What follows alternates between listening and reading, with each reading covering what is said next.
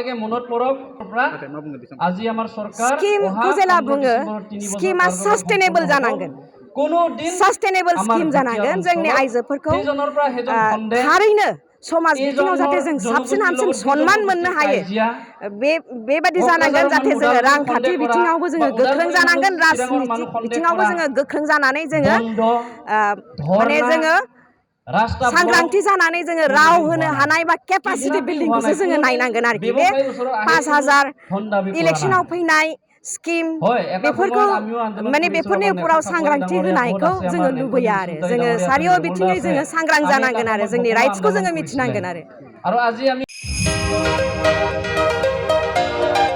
गोजोनथाव खौरां बाजाज बाइक लानो गोसो गुदुं सुबुंफोरनि थाखाय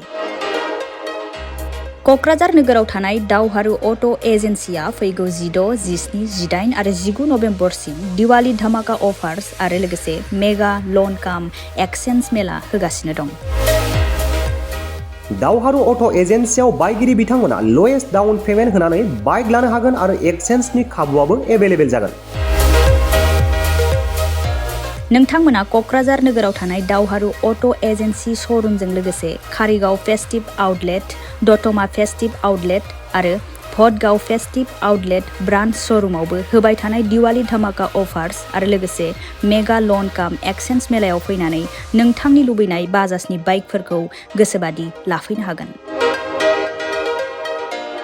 बाजाजनि बाइक सालायनो मोजां मोनग्रा रायजो राजाफोरनि थाखाय दावहारु अट' एजेन्सि श'रुमा लोगोसे मोजां अफारफोरबो लाबोदों। बेफोरनो जाबाय free assured gift, free seat cover, 5 litre petrol free, गंनै helmet free, 12 times free washing coupon आरो बाइक बायगिरिफोरनो बाइकखौ मोजाङै साखोन सिखोन लाखिनो थाखाय 12 टाइम्स फ्री वाशिं कुपनबो हरनाय जागोन।